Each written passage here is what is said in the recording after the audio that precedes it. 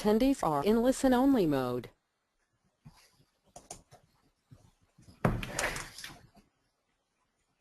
So welcome to EVPA's second EU webinar. The topic of today is impact measurement from policy to practice. My name is Lisa Hirhenberg and I'm the Research and Policy Director of EVPA.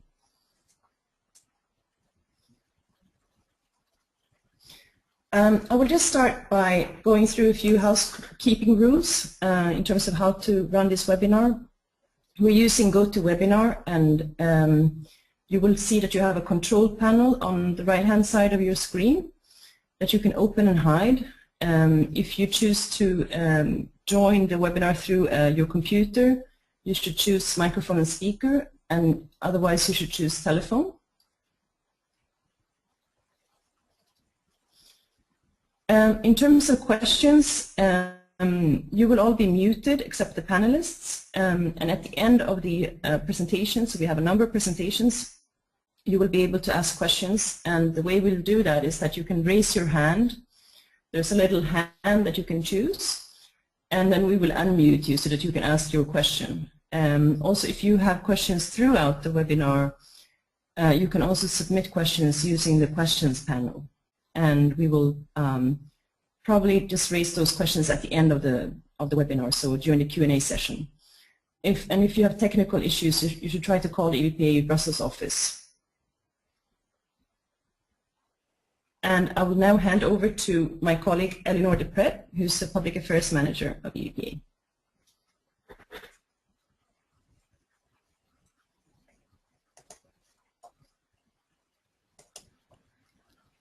Yes. Hi, everyone. I hope you hear me well. Before I introduce our panelists, I will just briefly explain the concept of this webinar on impact measurement.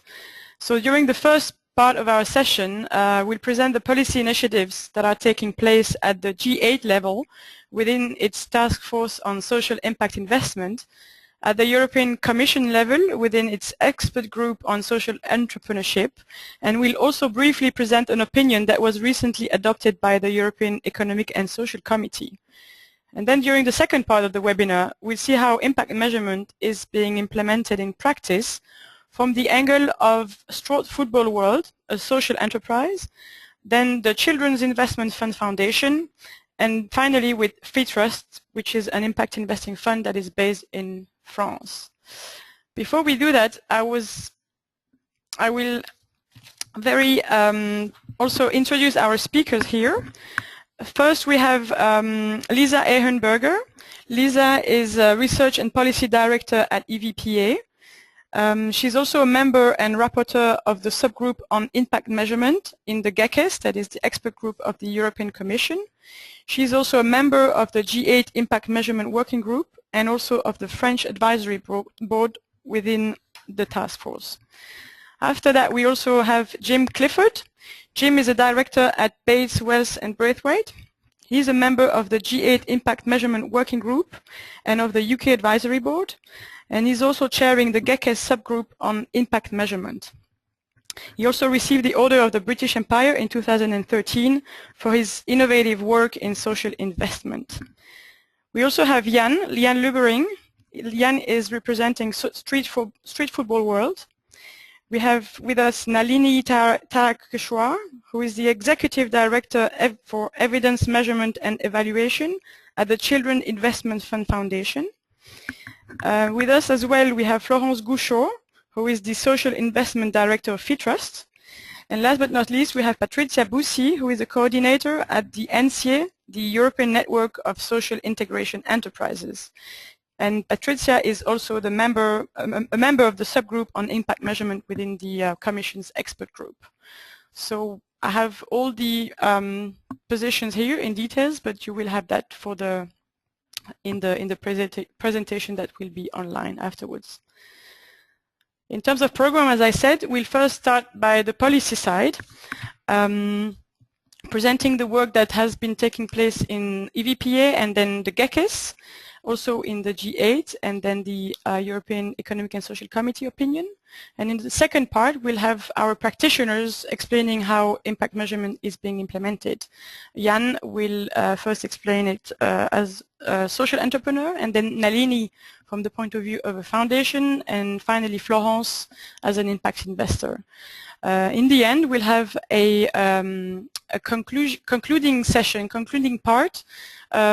First, Patricia will present her conclusions of what will have been discussed, and then we'll have the Q&A session during which you can raise your hands and ask questions.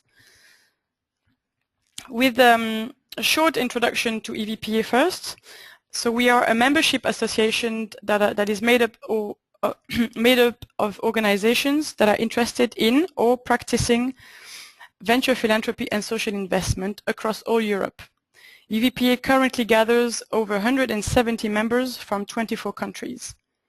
As you can see, our mission is to be the natural home as well as the highest value catalytic network of a growing number of venture philanthropists and social investors. We have two objectives. The first one is to increase the effectiveness of VPSI practitioners in Europe. Second one is to increase the resources that are dedicated to VPSI across Europe. Referring to the venture philanthropy spectrum, let's just note that EVPA is mainly gathering high engagement grant making and social investment practitioners, so the left-hand side of the spectrum.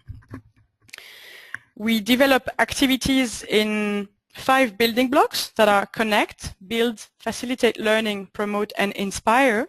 And this webinar is actually connected to 3 of our building blocks that are learning, building, and inspiring guidelines.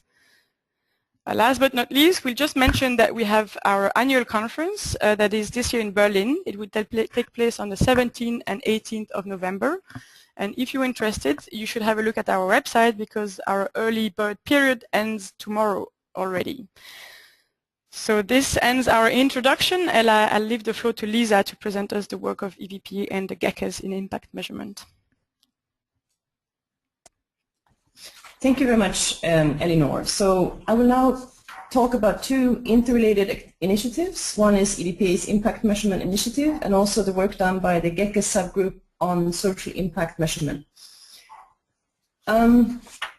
So first of all, something about EVPA's Impact Measurement Initiative. We launched our Impact Measurement Initiative in 2011 since we detected, could you move on to the next slide, please? So we launched our Impact Measurement Initiative in 2011 as we detected a need for practical guidance on impact measurement among our members. We felt that they were confused with all the different tools and methodologies, and we decided to help them out.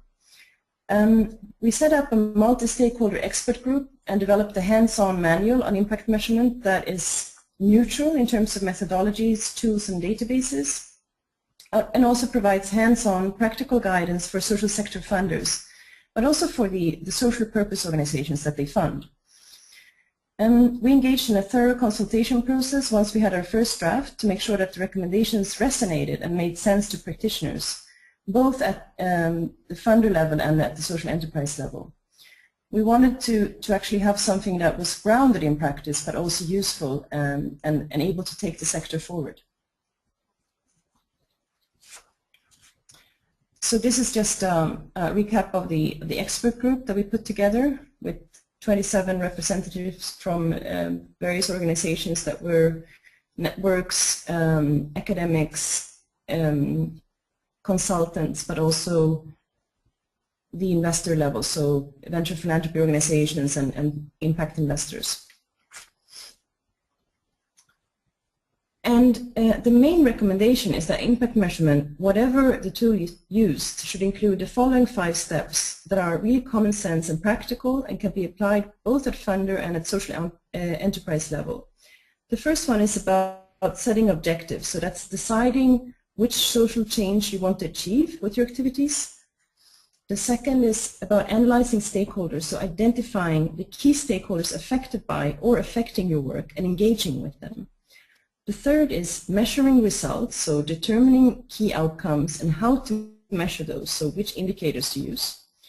The fourth step is about verifying and valuing the results, so checking if the outcomes happened and if they were valued by the key stakeholders. And finally, monitoring and reporting. And I also think that we learned throughout the process, and we emphasized this as well in the report, the importance of impact measurement as a learning process and as a management tool. Because in the end, what we want to do is to achieve greater impact with our work.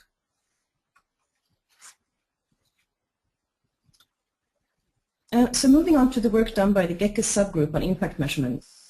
Just maybe briefly, what is the GECES? So it's the expert group on social entrepreneurship that was set up by the Commission, and it's supposed to monitor the progress made towards achieving the goals in the Social Business Initiative. And this group, the subgroup, put together a report that was then adopted as the European standard to measure social impact in June 2014. So why was this group set up? What was the need? The subgroup was set up to provide guidance to the European Commission on impact measurement, and it was needed for two specific projects, but also more in general. So the two projects that were sort of the reason why the group was set up was the Program for Employment and Social Innovation, and also the European Social Entrepreneurship Fund, which was the topic of our first EU webinar.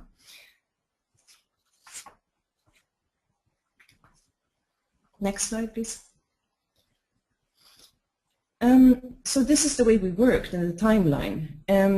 The subgroup was composed of 19 experts from 12 European countries, and it was chaired by DG Employment and also with input from other DGs at the European Commission. We had 6 physical meetings in Brussels between November 2012 and October 2013, and also a lot of individual and group work in between the meetings. We reported on progress and also the final results to the GECES in June 2013 and November 2013, and we also engaged in a wider consultation with external experts for feedback.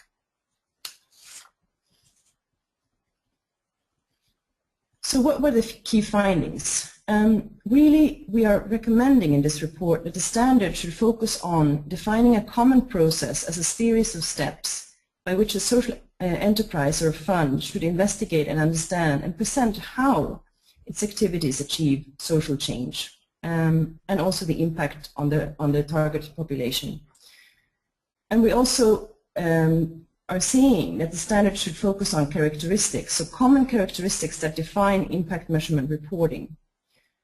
What the standard is not doing and what it's not saying is that you should use a single set of indicators that can be devised top-down to measure social impact in all cases. So it's not a one-size-fit-all approach. It's really saying that the choice of frameworks and indicators should not be mandatory, not included in the standard, but as next steps, and I will develop that further in later slide, there should be a European-wide measurement framework developed, and that should be the preferred status. So this is really the common process, and it's really very much in line with the 5 steps that have been identified also by the EVPA. So what the GECES report is saying is that all social impact measurements should be produced following the same common process, and it's these 5 steps. And I think also to emphasize further that impact measurement is seen as a learning process involving key stakeholders every step of the way.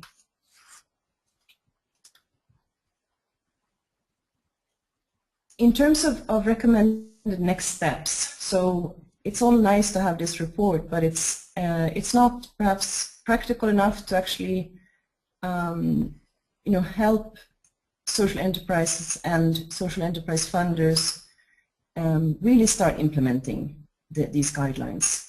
So what we're saying is that you need to assist social enterprises and funders and fund managers and investors in complying with the standards by producing guidance papers that are much more practical and including case examples.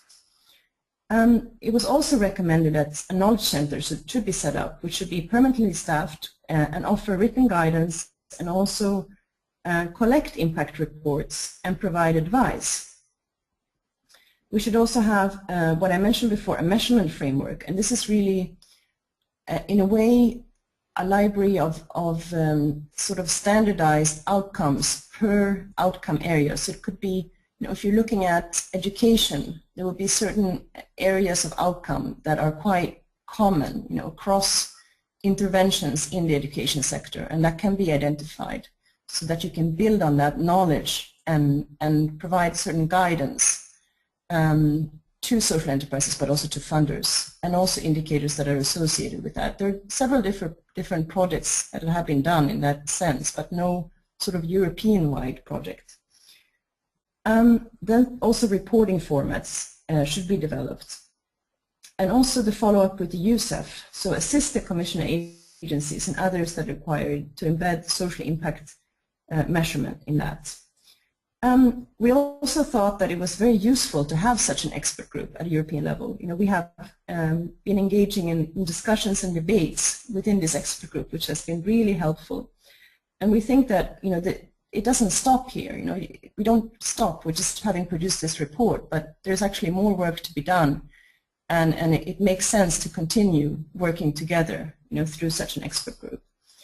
And also that, this report is not set in stone. It's not kind of the final outcome, and we also see it that way with the EVPA practical guide. We think that there are things that are developing all the time in the sector, and we have to incorporate that into new versions.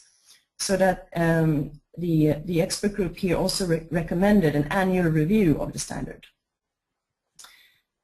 So I will try to cover a lot of content in a very short period of time, which probably means that you have a lot of questions, and I will take them at the end of the webinar. Thank you.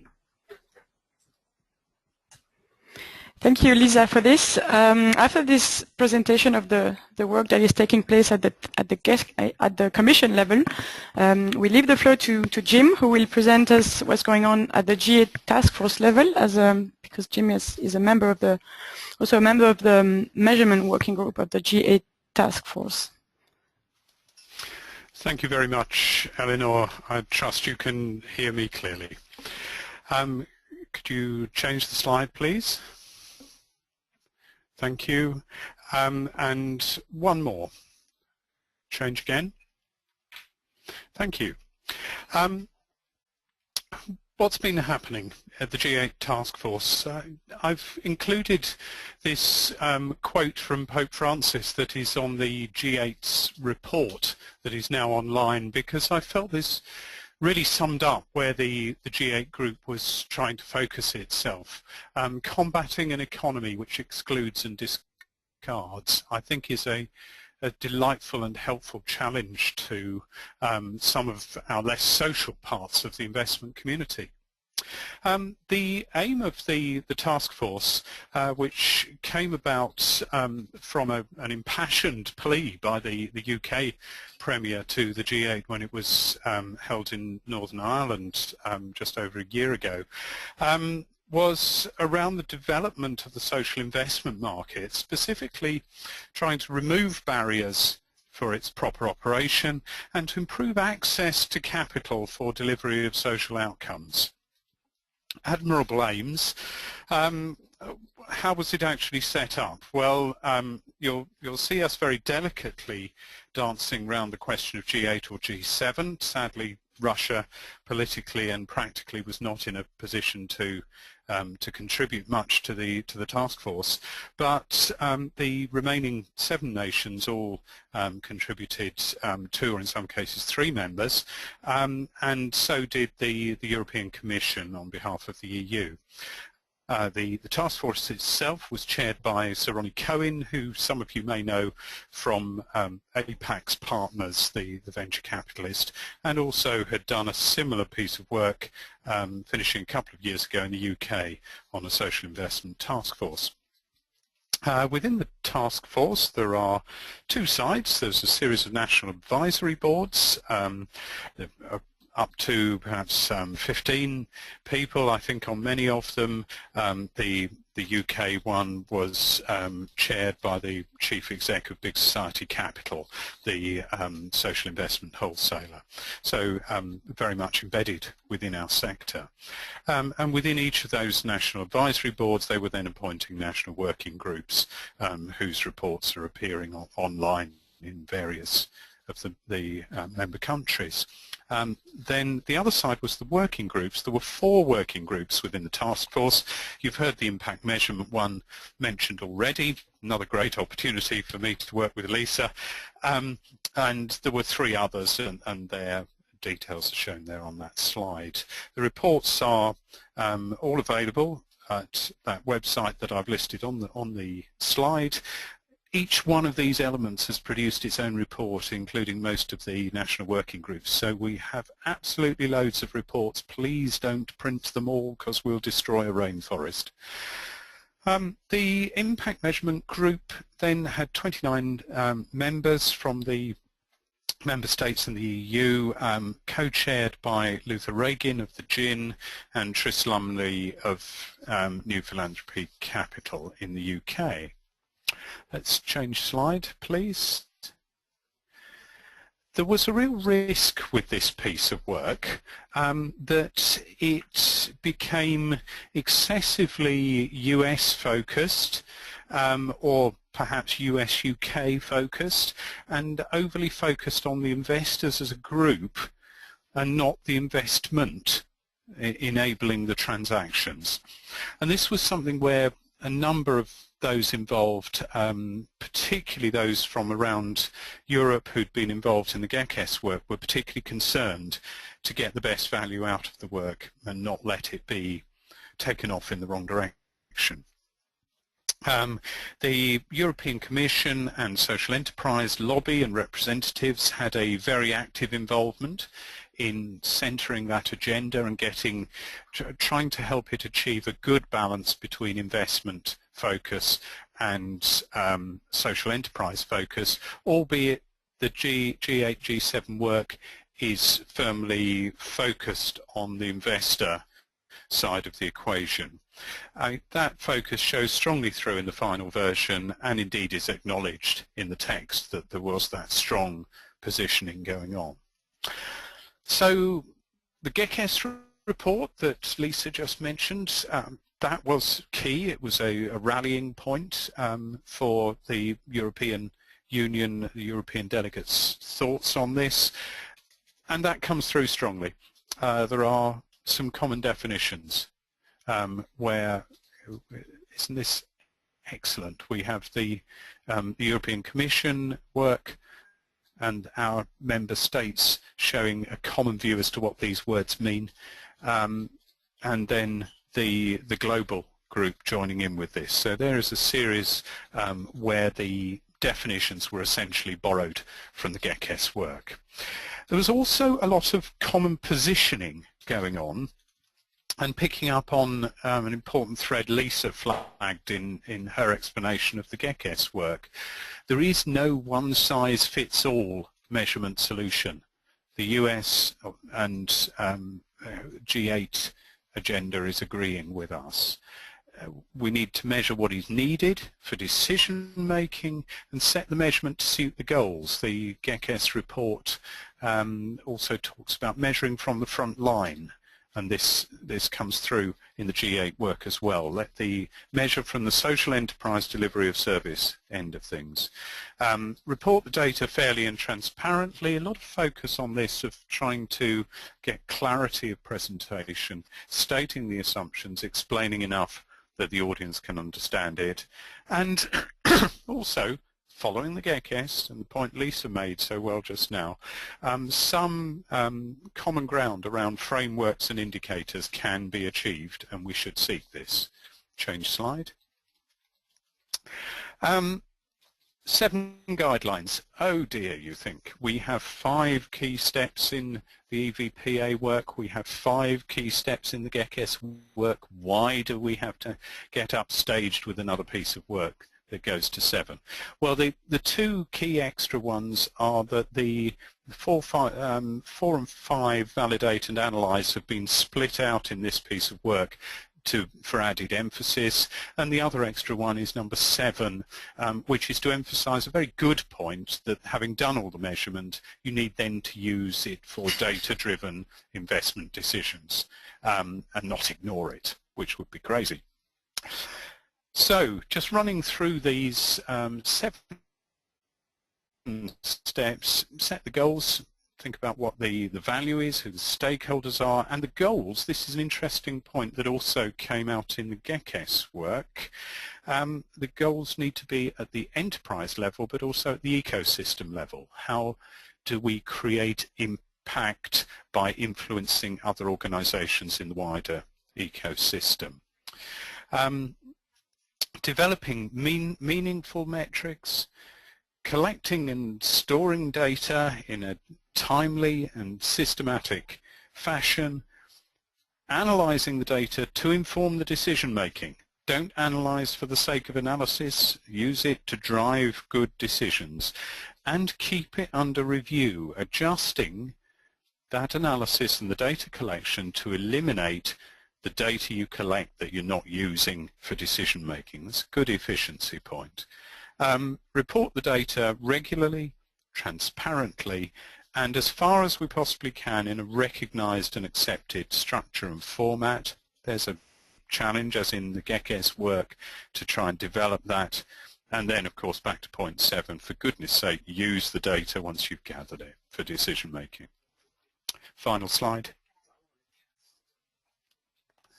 Thank you. And the report comes down to 4 desires, it calls it, looking to the future. First of all, that we should collectively commit to pushing towards achieving the impact that we're describing, both achieving it individually and together. And I think this is very refreshing in a piece of investment-focused work, that they're treating that social goal as the key. Apply the best practice guidelines. Don't just write this stuff and the GECES and leave it on the shelf. Let's use it. And then establish a common language and data infrastructure. We should all be contributing to that shared language and system. And finally, let's not let it freeze and be frozen in time. Let's let this impact measurement approach and approaches evolve and continually improve. Thank you, Eleanor. Thank you very much, Tim, for your explanation of the G8 work. After this overview of the GECES and the G8 work on impact measurement, we thought it was important to mention the work that has been done within the European Economic and Social Committee in this field. And this will end our policy part of the webinar.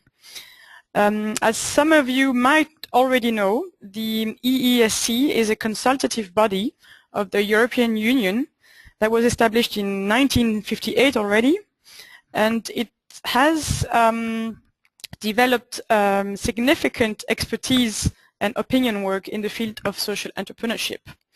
The committee is also actively engaged in the EU institutional agenda of social business and currently plays a very key role during the institutional transition of the European institutions. Last December, it adopted an opinion on social impact measurement, which is worth mentioning here as it pinpoints important safeguards to respect when it comes to standardizing the impact measurement process. Namely, the report says that it is really important to give more time to this complex topic. It also states that an incorrect or rushed approach may counteract the aim to support the development and growth of the social enterprise sector, and policy priority should be given to awareness raising. The report also says that insists that on the fact that social impact assessment is an ongoing process and an integral part of an enterprise's activity. It's also an important strategic planning tool. The report says that rather than developing new methods and standards, public authorities should build awareness of the most commonly used impact measurement principles. And if any standardization method is adopted, it should be closely monitored and revised if needed. to ensure that they do not hinder social enterprises' access to finance through these instruments. Last but not least, the report really mentions that the focus should be on stakeholders in the social economy and social enterprises themselves. This basically ends the policy part of our webinar. And to better understand the point of view of practitioners in this debate, I'm now pleased to leave the floor to Jan Lubbering, who is working with Street Football World, that is a social enterprise that is using football to, for social change through a very wide network. Thank you, Elinor. Hello, everybody. Please go to the next slide. Thank you. So just a quick word on myself that you know why I'm reporting here. I took the role both for Ashoka, working for 3 years, and for Street Football World for the last 6 years, of being in between the chairs, being on the one side on the investor side and on the other side of the investee side as well, and therefore trying to share some of the characteristics and lessons learned from these two perspectives here with the group. A short overview of Street Football World, a global network using football for social change, 101 non-profit organizations, a whole variety from very well-developed organizations with sophisticated impact measurement systems to quite early-stage organizations that still need to evolve further regarding impact measurement. 62 countries and roughly 1.2 million young people serviced by these 101 non-profit organizations. What Street Football World is focusing on is these 4 areas of support for the non-profit organizations in terms of expertise, awareness, funding, and connections. Expertise and awareness both apply to the area of impact measurement here as well. And you see the whole range of different topics in the social area that are covered by these 101 organizations. Next slide, please.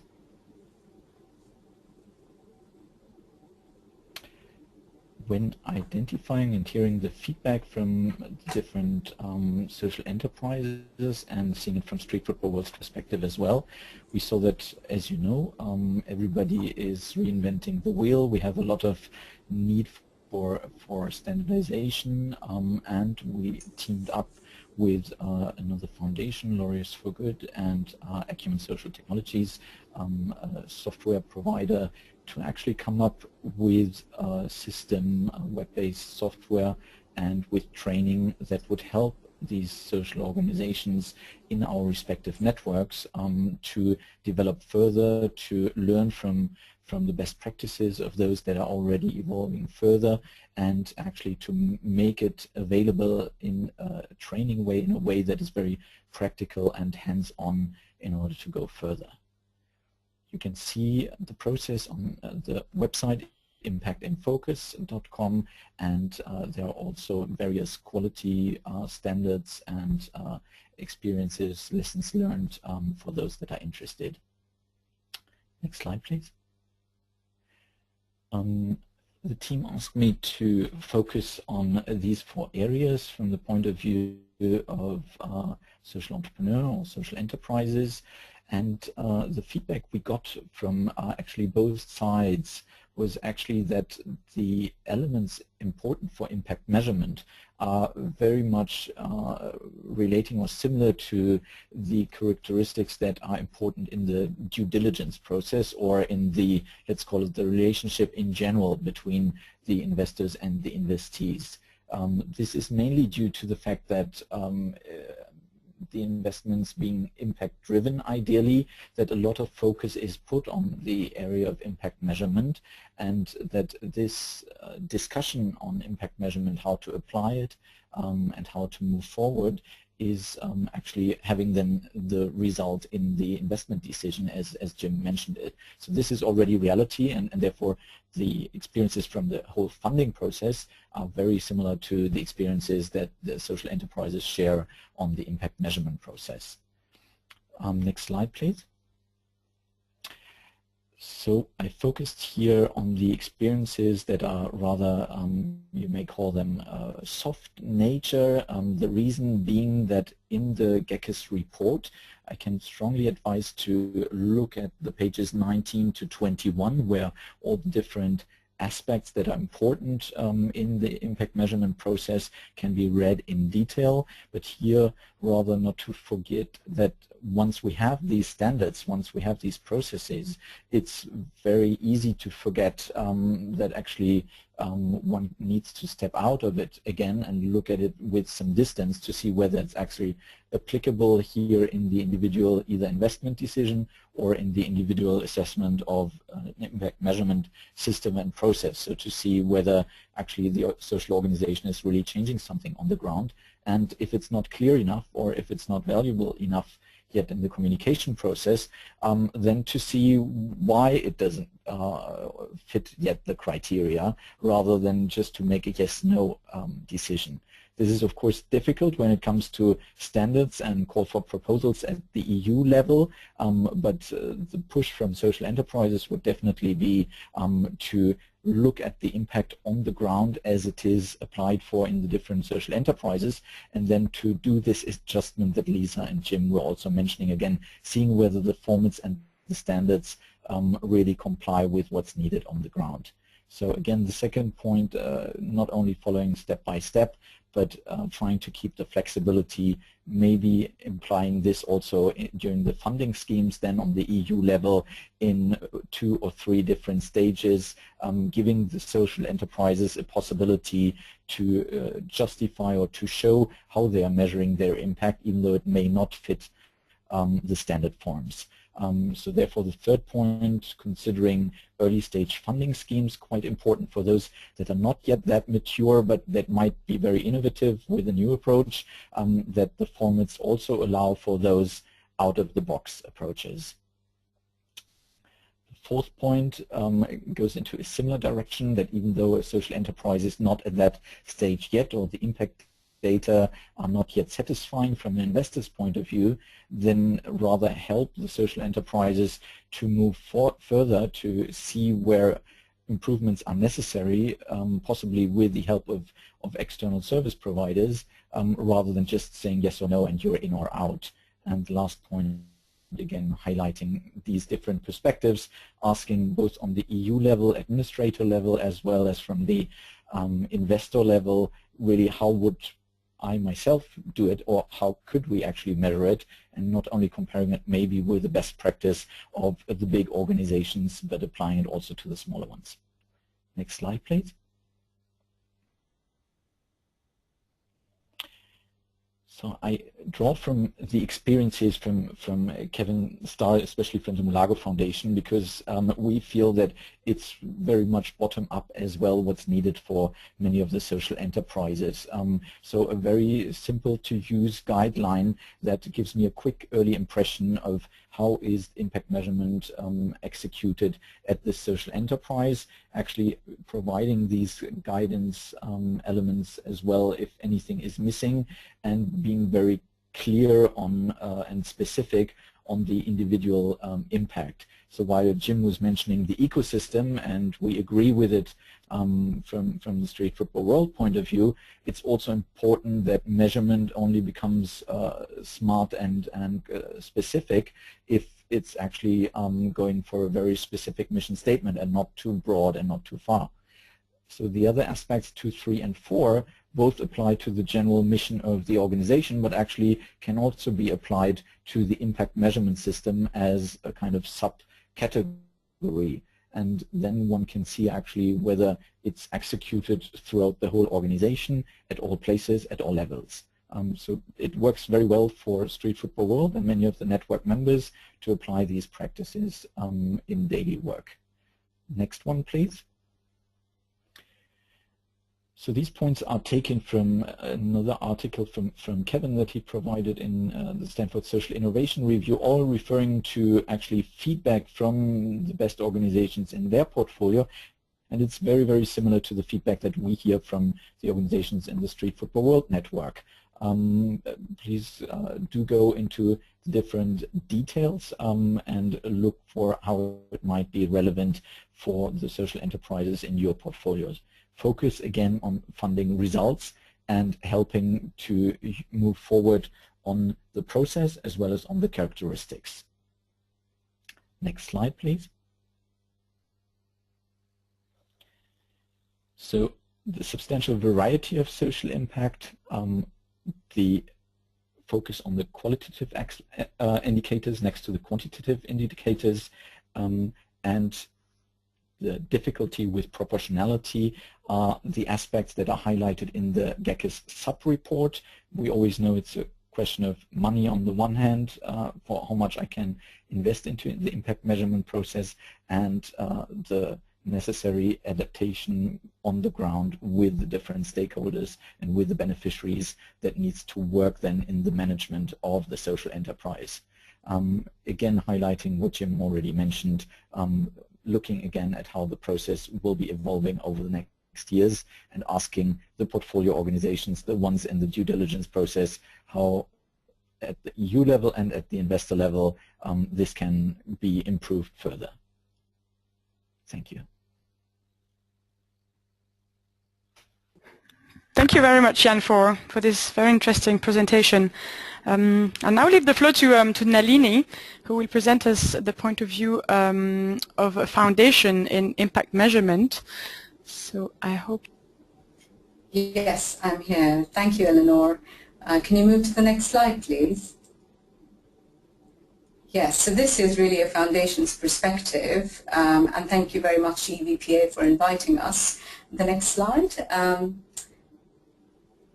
Just to talk a little bit about the foundation, we're called the Children's Investment Fund Foundation, and a UK-based charitable foundation with an aim to demonstrably improve the lives of children in developing countries by achieving large-scale sustainable impact. So the word impact is very much a core value proposition for the foundation. So the first thing is to make sure that the structure of the foundation and everything that we do, is sort of, impact is very much permeates all the questions we ask, everything that we fund, and how we fund, how we approach issues.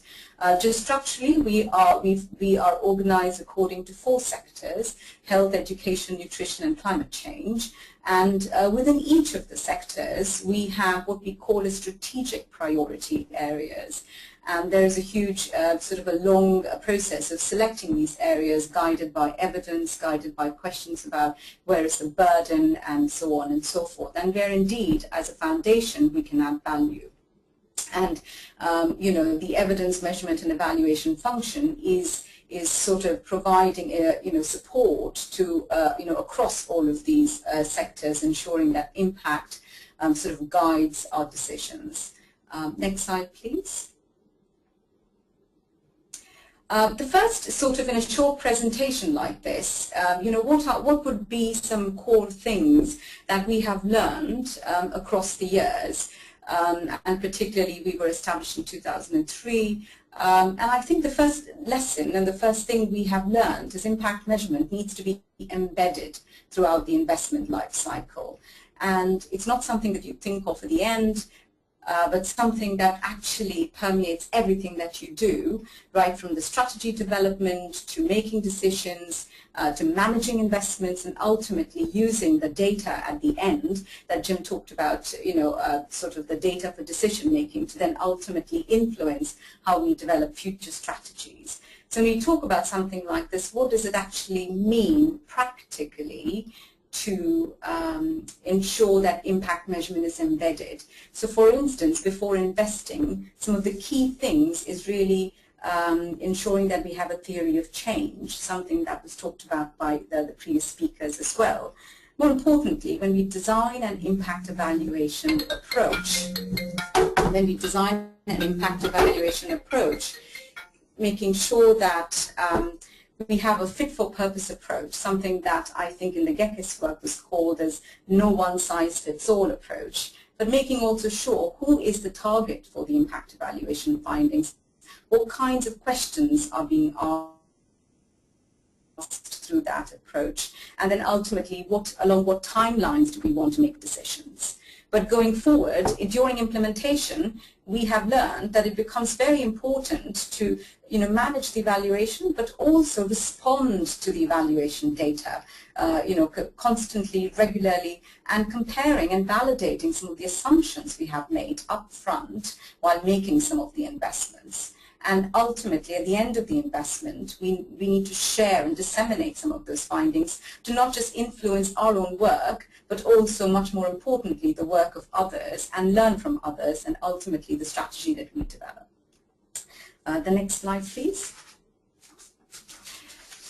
We have, as a foundation, been, over the past 10 years or so, been quite, we'd like to think, quite effective in monitoring and evaluating impact at what we'd call at a single project or investment level. But we have now recognized that it is quite important that that we sort of have a sophisticated way of thinking and a methodology to understand what is the impact that we are generating collectively across our portfolio, and therefore the next level, which is probably in our language internally, the strategic priority area level or the sector level, and then building up to the impact that we as a foundation are having in these countries amongst children. And across all these levels, we have recognized that there are three things that are quite important to keep in mind as we are asking these questions. First of all, at each level, why are we measuring impact? So that is, for what purpose are we measuring impact? So the sector or a strategic priority level, for instance, the impact measurement there is to assess what is the impact that this portfolio of investments is having. And there it's not going to be as straightforward as finding out what is the impact of a particular investment. Attribution is going to be a little bit more difficult. We might have different kinds of projects. One may be a policy project, one may be much more direct service delivery project, but trying to be sensitive and being intelligent and thoughtful about how we are aggregating impacts becomes quite important. And ultimately, at the organizational level, attribution is going to be not at all meaningful. And at both the sector and organizational levels, our experience tells us that we've got to think much more collectively, because we are not just the only foundation trying to influence many of these outcomes, such as child survival, domestic resource allocation, and so on. We have lots of other foundations and partners, and therefore it becomes even more important to work collectively and try to share some of our data and learn from others across all these levels. And then ultimately, what the bigger question really is, at the organizational level, what are the kinds of questions we are asking, and what we are testing really is a strategy. So we might have a strategy for influencing impact at the organizational level, and ultimately we may find that a lot of our investments at the most bottom level are successful, but we may, as a sector or as an organization, not necessarily be having impact at those higher levels. Therefore, it really behooves us to look at our theory of change and ask some of those kinds of questions about what does it mean in terms of how we are trying to achieve impact at the highest level. Next slide, please. So just to summarize, we think that there are 5 things that are quite important from our perspective to keep in mind. So the first thing is to trying to articulate what is the vision for success, and trying to really be very clear about how will we know we have achieved it. And also one thing that's missing here is along what timeline. So goals such as we want to eradicate poverty, or we want to eliminate pediatric AIDS, we've got to be a little bit more specific and say by what timeline and how will we know, and how are we going to achieve it, which is the second point about the theory of change. It's easier to say this, but even more difficult is making sure that we pursue an investment approach that links with the strategy, and be clear what we will not fund or what we are not going to do becomes even more important, so that we have a strategy and a portfolio that will help us evaluate and assess impact. ultimately. And what I've said already about embedding it throughout an investment life cycle, and then ultimately just keeping ourselves accountable to making sure that we are constantly interrogating our theory of change across all of these levels. Obviously recognizing that it's much more difficult to see change in a shorter time frame at the higher levels than at a project or an investment level. The last slide, please. Now, obviously, you know, we've got a lot to learn. We know what needs to get done, and we're still working on trying to create sort of an environment where we're continuously learning, continuously improving, not just for accountability purposes, but also for trying to improve our own way of working and learning from our own failures, sharing our learning, learning from others. And then ultimately what's even more important and even quite difficult to do is responding to that learning. You know, for instance, the quote that says, you know, when my information changes, I alter my conclusions. And that's quite difficult for us to do, we've learned. But that's our goal and aim. Thank you very much. Thank you very much, Nalini, for your intervention here. To finish our practitioners part of the webinar, we are trying to get in touch with Florence. I hope she's going to be able to talk to us. I think we might need to call her up. So I guess we're going to call her on the phone. I'm coming back in 1 second.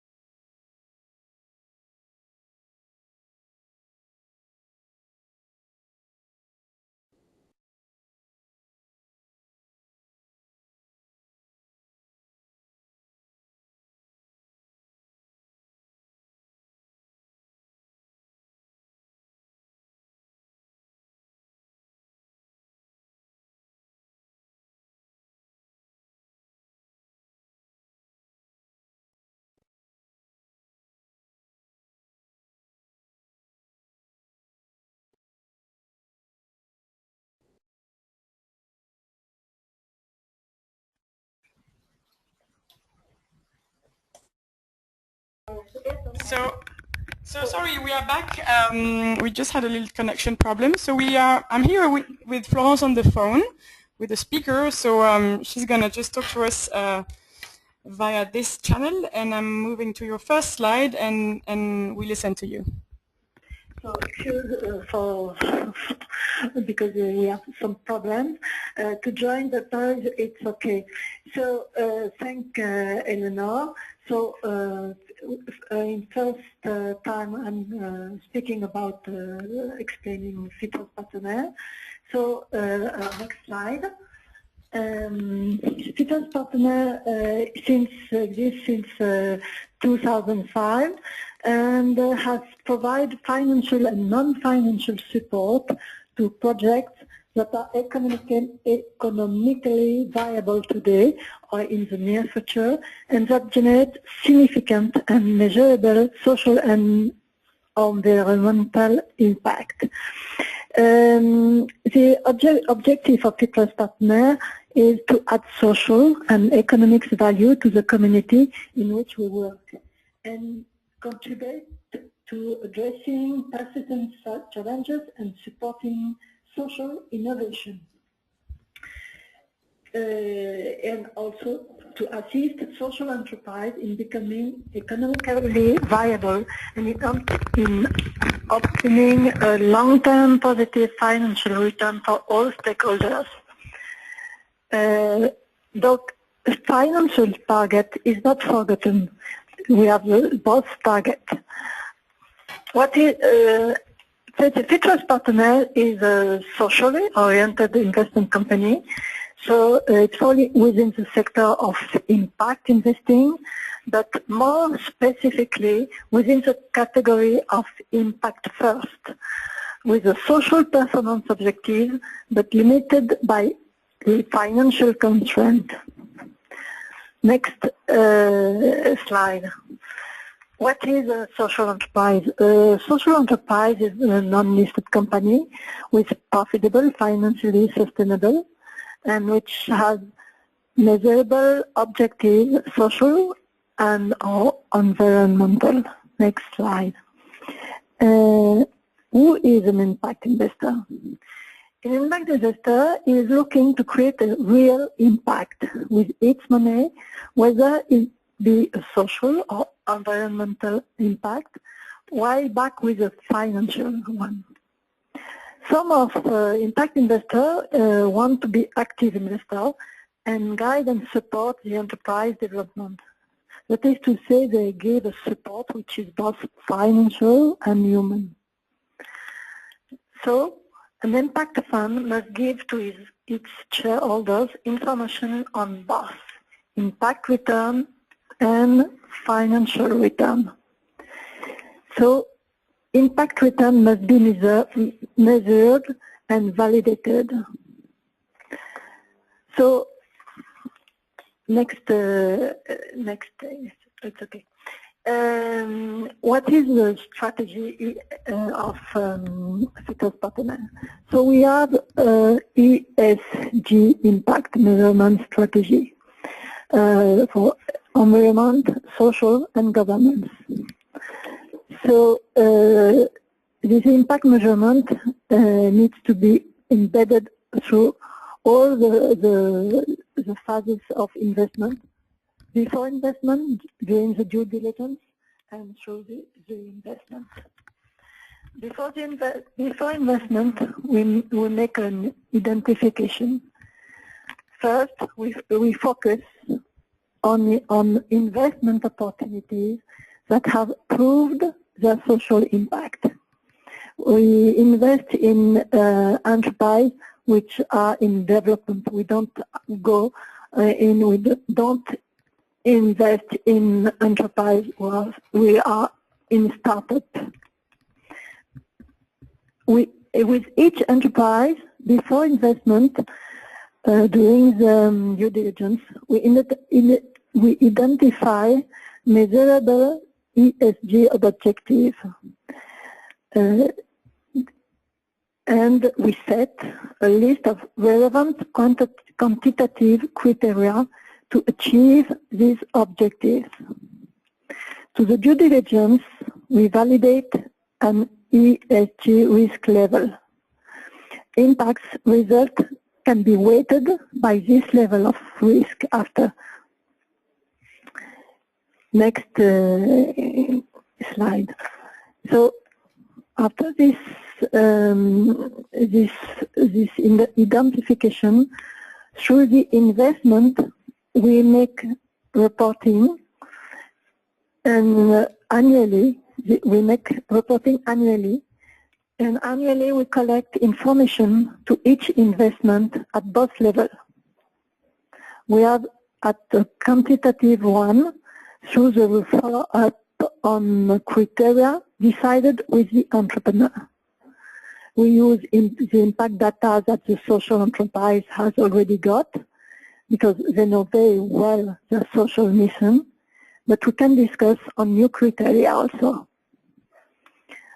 A qualitative level also through a questionnaire about ESG criteria, and also we get the advice of our committee investment member who supports the enterprise.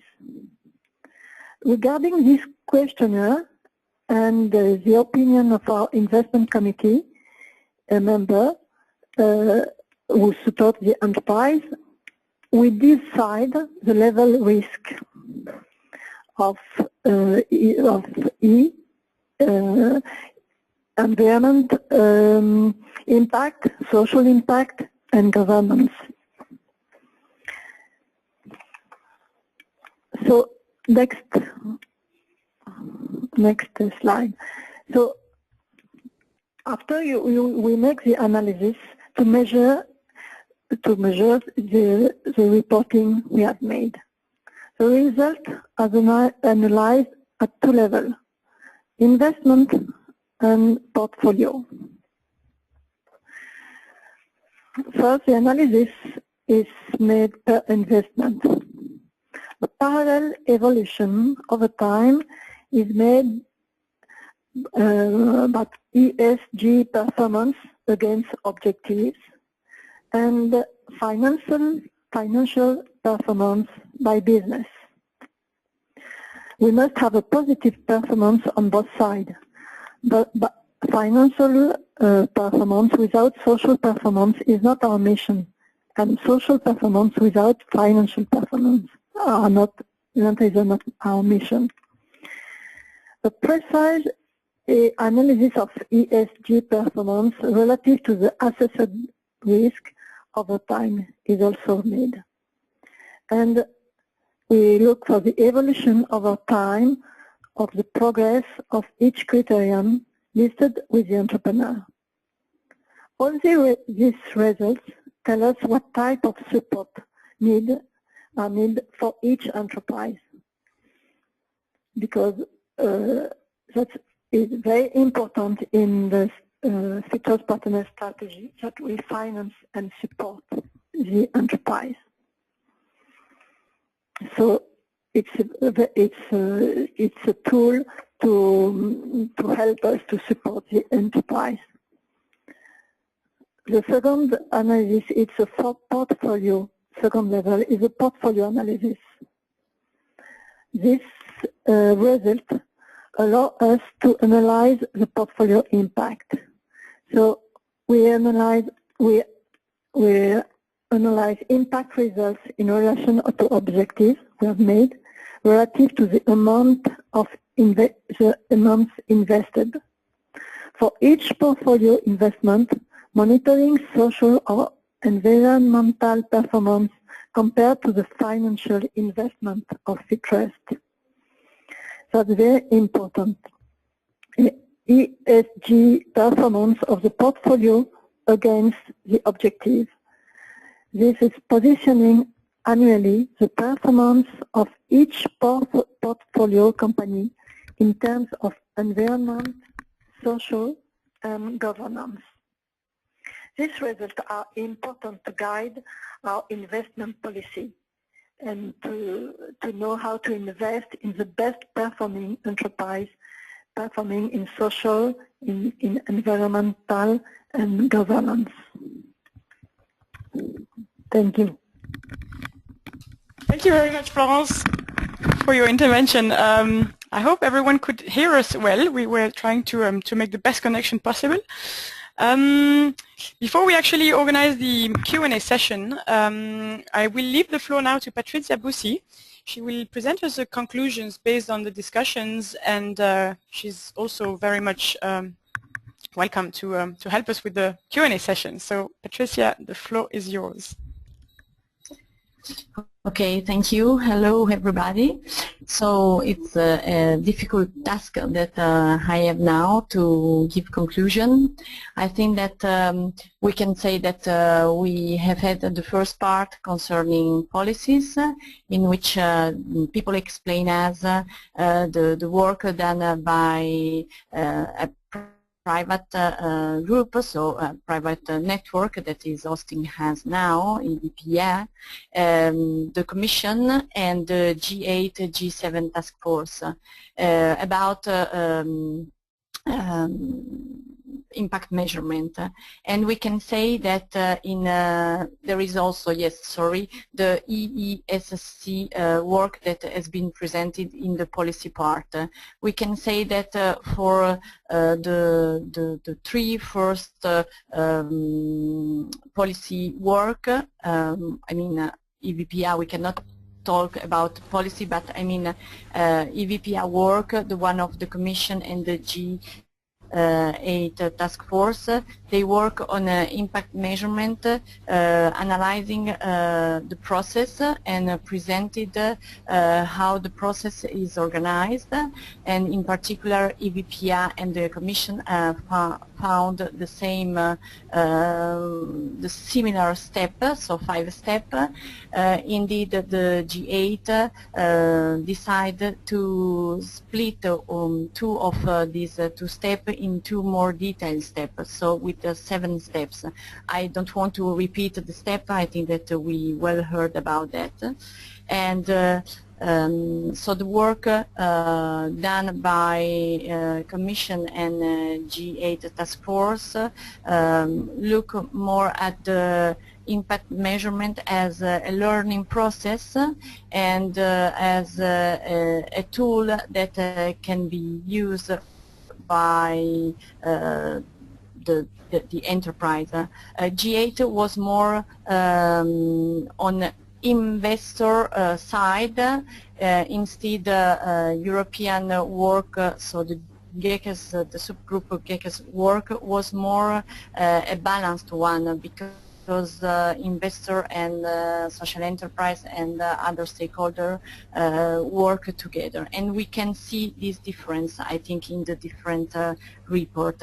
Concerning the work done by EESC, this is a little bit different. They don't present as a way the methodology can be organized, but they more stress on some aspect, as the fact that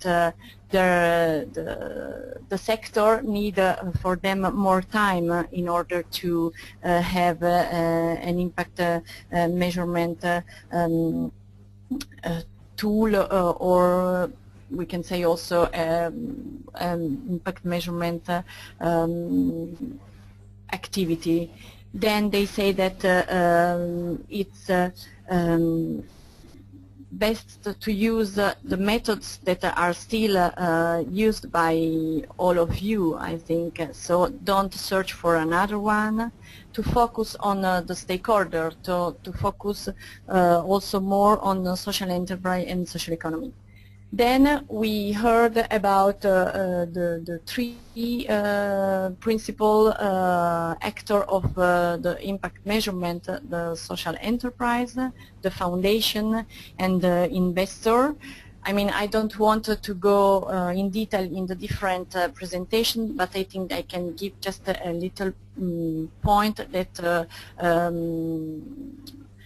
touch me in particular for each presentation.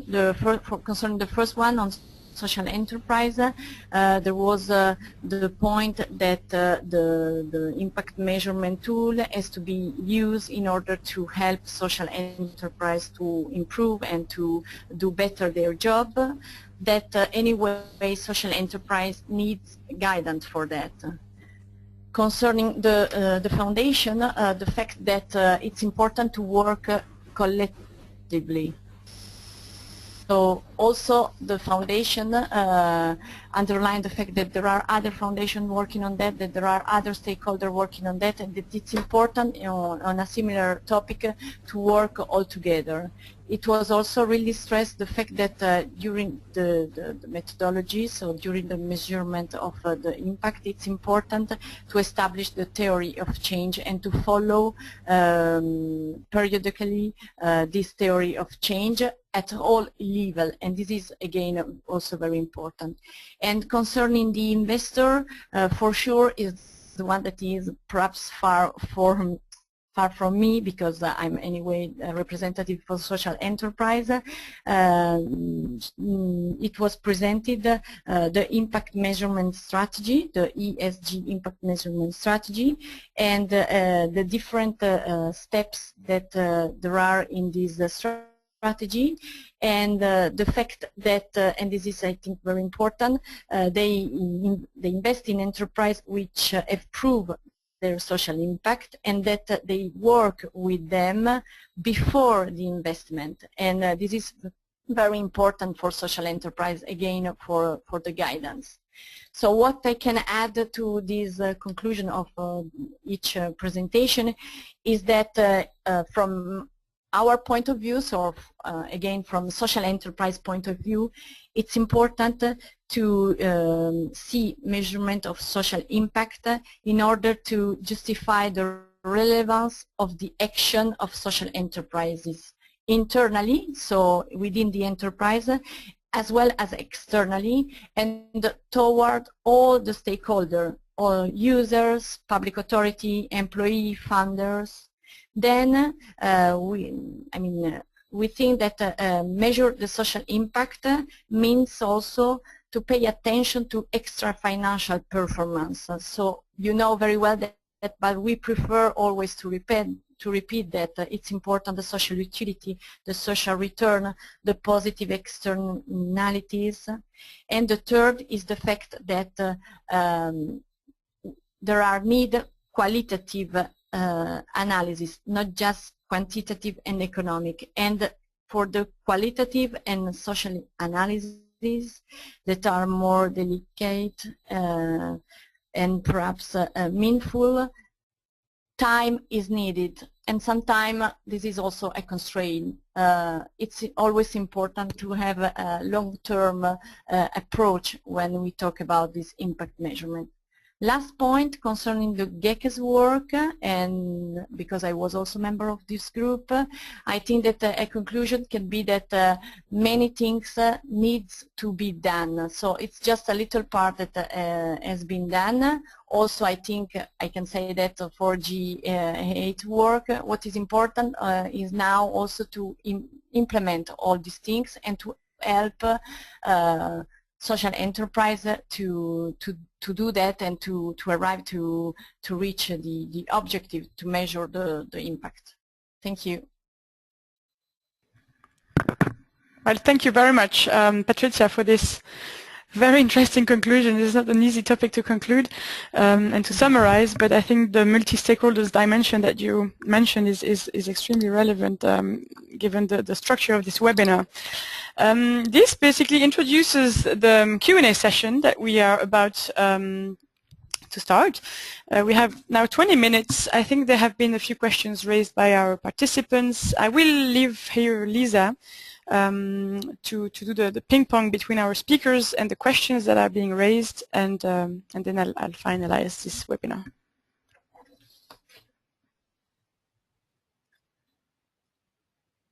Thank you very much, Eleanor, and thank you all to all speakers, because I think this has been an extremely interesting presentations, and definitely very different perspectives come out. I completely agree with Patricia on her conclusions. And I also see several challenges that come out, and especially in terms of connecting the policy level with the practice level. So I think that we've heard the presentations about the various guidelines that have come out and how do you actually implement this in practice.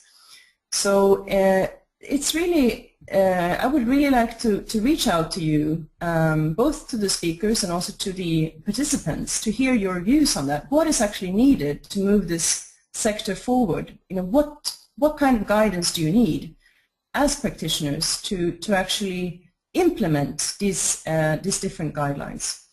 And I would like to see first if there's anyone who's raised their hands. So please feel free to raise your hand, and I will also check on the questions, which there are several questions that I answered already, which were, I think, more detailed. There's some questions about collaborations between the various entities working on the issue of impact measurement. I would say there that the work that has been done now already at the GECES and also the G7 or G8 task force really shows that different stakeholder groups have come together.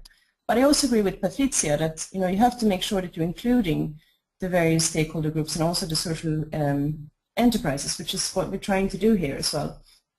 But that definitely has to continue also after these different groups are no longer sort of as active as before. So that there was a question about that. And I'm seeing, let's see, there's a question about how you can have standardization if you're not standardizing the indicators or the frameworks. And I think that what the GECES report is saying, and also the G8, is really that you can agree on the various components of the process, and you can standardize that, and that's sort of a first step towards providing some guidance.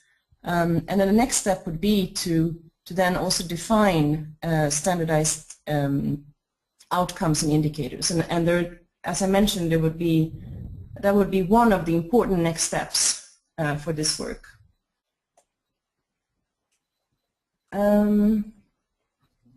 I have also a question here that I see from the panel, which is a question for Florence and Nalini. It says, what happens to projects that show a high social impact but don't have good financial performance? Would you like to comment on that, either Florence or Nalini?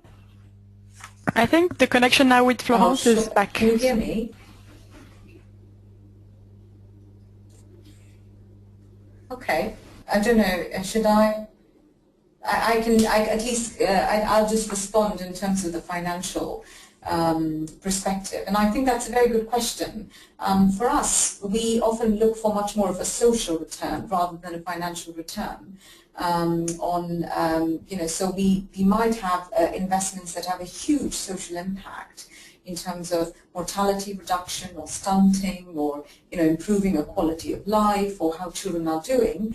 But I think where the financial aspect becomes really critical and important for us is because one of our mission goals is really to create sustainable impact. And I think that's where our cost-effective analyses becomes really critical. For us, at what cost are we generating these impacts? Because one of the key things is making sure the programs that we fund are financially sustainable. And that means that there are governments, there are other foundations, other donors who are likely to take on. And therefore that is a sort of a, those are the two things that I think we need to balance. It's just not just impact, but at what cost are we generating the impact? And are those costs actually sustainable in the long term? And we do use sort of benchmarks that are standardized by the World Health Organization and others, but by no means are those really that's a field that is evolving and growing. But that's a very good question. But for us to keep that balance is quite fundamental. Thank you, Nalini. Maybe Florence, if you have something to add to that?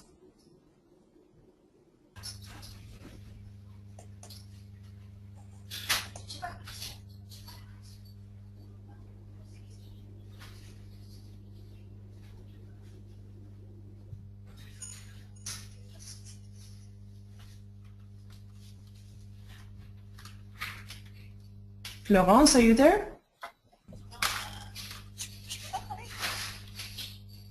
Okay, well, we seem to have a connection problem still with Florence, so I will move on to the next question.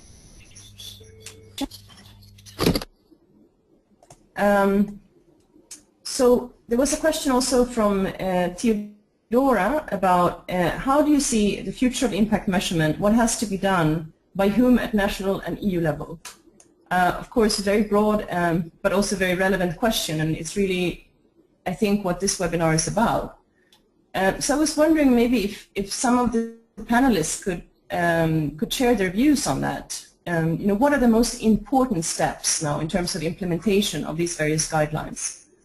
Would anyone like to comment on that? Maybe Jim?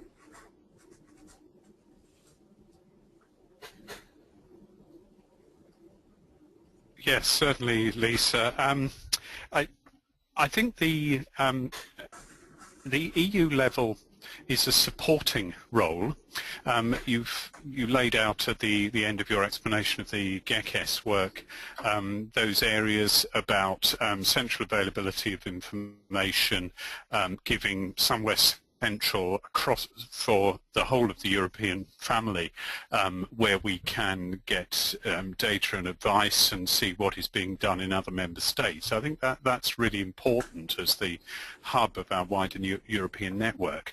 But I think the real energy from it has to come in two communities.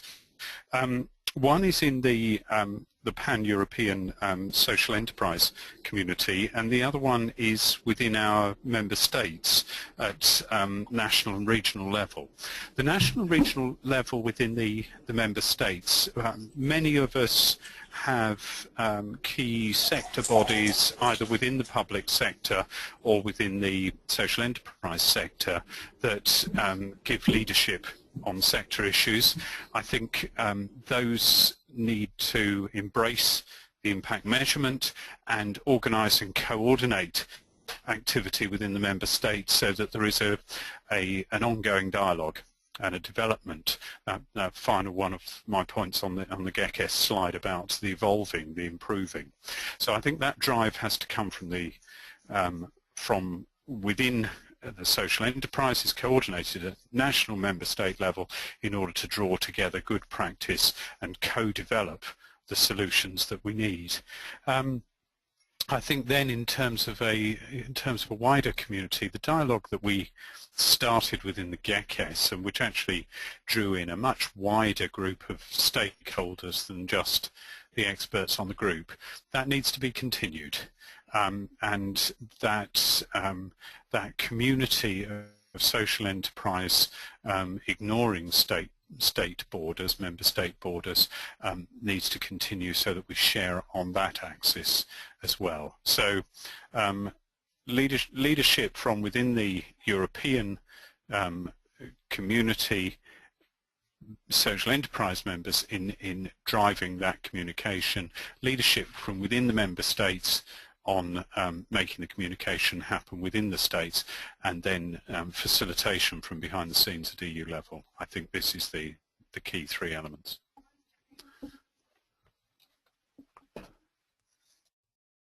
Thank you, Jim, for that that answer. And I'm just going through some of the other questions in the question panel. And I see here a question which is quite long, but I'll try to read it out. The G7 speaker, and I would say that's Jim, and Foundation, so that's Nalini, mentioned the need to understand impact at an ecosystem and organizational level. And I'd be interested to understand how this might work in practice. Some countries are looking at measuring social progress, well-being, replacing or enhancing GDP as the main social outcome that is measured across countries. Would this agenda be of use in the creation of an impact ecosystem? I would probably ask Nalini if you could address that question.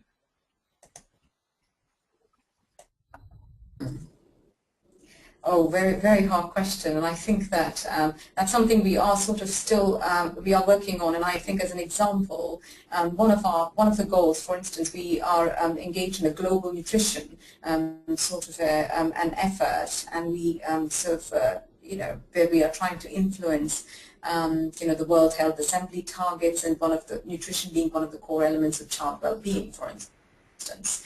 And how do you really assess the impact that is being generated there? And I think it's, from a foundation's perspective, there are two things.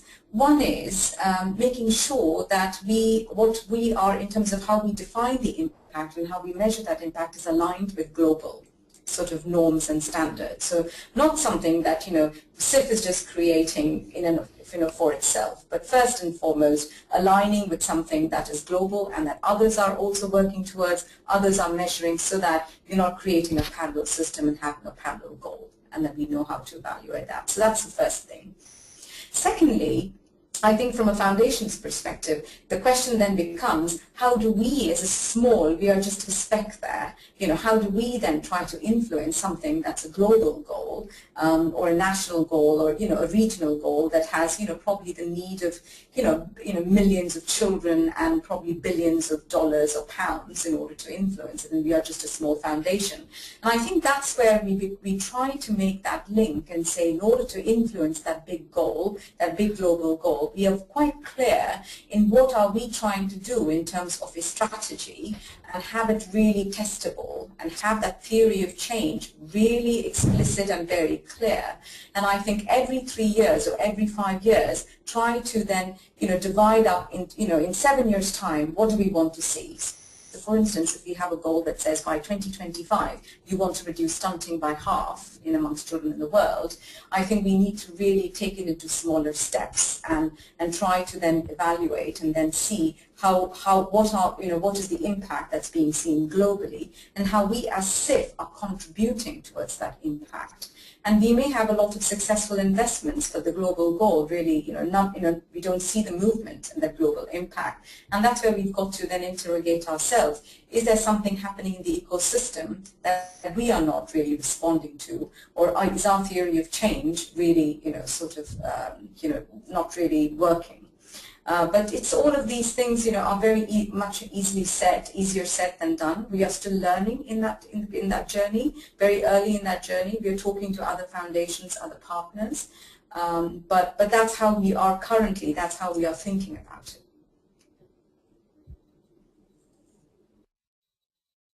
Thank you, Nalini. And I would like to just add to that I think it's very encouraging to see that funders are looking at their own theory of change and trying to measure that, how well they're achieving that. And I think I would just then like to connect to a question that we haven't addressed yet by Brian, saying that basically to GECES members, do you think that the same impact measurement methods can be used by government agencies and private impact investors, philanthropists, social venture funds, etc.? Alike, one could assume that social value might not be defined and therefore measured the same way by these two kinds of stakeholders. I would like to address this question also by involving here the social entrepreneurs, because I think that there will be, that's another important stakeholder that we haven't included so much here in the Q&A, and which I would like to include, because in a way, when the funder is measuring its own theory of change, how does that affect then the social entrepreneur? Because in a way, it's a little bit difficult because you're trying to implement the bottom-up approach where you're measuring something which is relevant to the social enterprise, and not devising indicators top-down. But at the same time, the funder will have probably its own indicators to measure whether it's achieving its theory of change. And I think this also comes back to the resource point that both Jan and Patricia raised, saying that the SBO, the social enterprises are struggling, and maybe the funder should provide capacity building support. What is your response to that? And maybe then we can come back to the also the government agencies. Jan and Patricia, please. I can try to answer that. I think the first step is really to be aware of the power dynamics that from the, let's say, call it money side, the foundation side, the investor side, you do have a role in the dialogue and in the relationship with the social entrepreneur. And however you try to put it on the IHEIT level, it is still usually the scenario that the social enterprise wants to get more funding to have more impact, and this might not necessarily be 100% aligned, especially if the foundation has very clear or very expertise.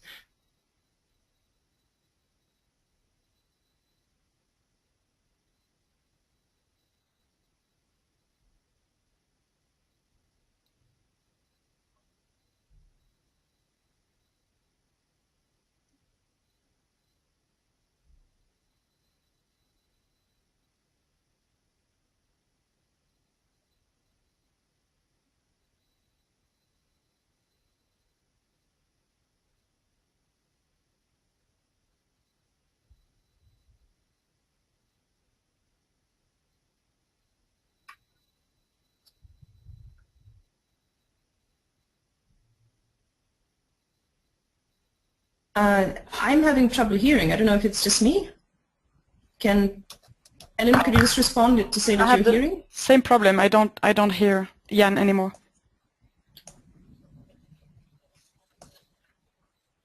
Okay, so I'm sorry about that, Jan. There seems to be a problem with your connection. So I'll just ask Patricia if you can comment, and then I think Jim has already also requested to say some words. Yes, I think that the first things is to sit down and to talk, sitting at the same table, which are the enterprise objective and needs and willing to have an impact, and at the same time to try to find a way in order to put these in the same line with the objective of the founder, because it's sure the founder is giving money, so needs needs and has is a proper objective, but it's sure that just sitting together can help to find a solution to that point that is a very critical and strategic one. Thank you, Patricia. So Jim requested to say something now. Thank you, Lisa.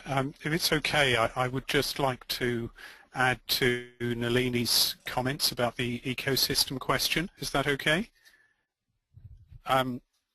We have been looking at this on one of the national UK youth projects, specifically looking at how does the development of a delivery network, a delivery ecosystem, and the development of the communities within which the young people are then living and working add to the delivery of the social impacts for the individual, for their families, for their communities.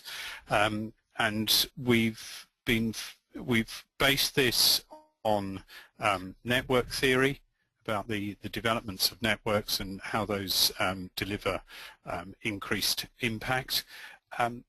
Thinking about three particular areas: attitude and focus, how people coordinate and focus on a particular issue, how about coordination and leadership within a delivery network, and then thirdly, how coming together creates additional capacity for delivery of services. So I think that there are the first stages of thought going into this ecosystem impact measurement and how our ecosystems change to improve impact delivery. But it is quite early stage, and I think it will be very interesting to see how a European dialogue adds to that.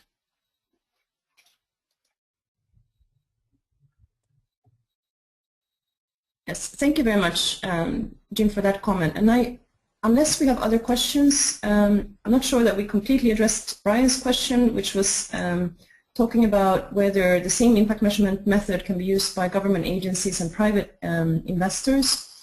I think that what the GECES report is saying is really that a common process can be used, but then you can adopt the process in different ways, looking at your own needs as well.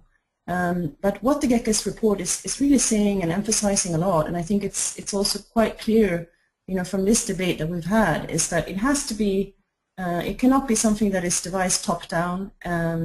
It has to be relevant for the social enterprise, and it has to be something that is useful both for the social enterprise and the funders of social enterprise. So we have a lot of work to do still, and I think Patricia emphasized that as well in her conclusion. We're still just starting, and we have to define the next steps. So that's what we're trying to do now. And any further questions or comments that you might have, please do not hesitate to contact Eleanor and myself about that. So I think that we'll now finalize the webinar, and I'll hand over to Eleanor for some final words. No, I think you've said it all, Lisa. Thank you very much, everyone, for having attended this session. You were more than 120 participants registered, so it was quite a popular topic, and there will certainly be next steps.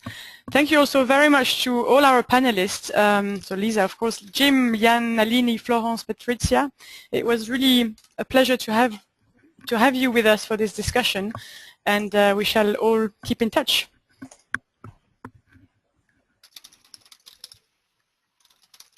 And I think I should close the webinar. There we are. Bye, everyone. Bye, everyone. Thank you. Bye-bye. Bye-bye.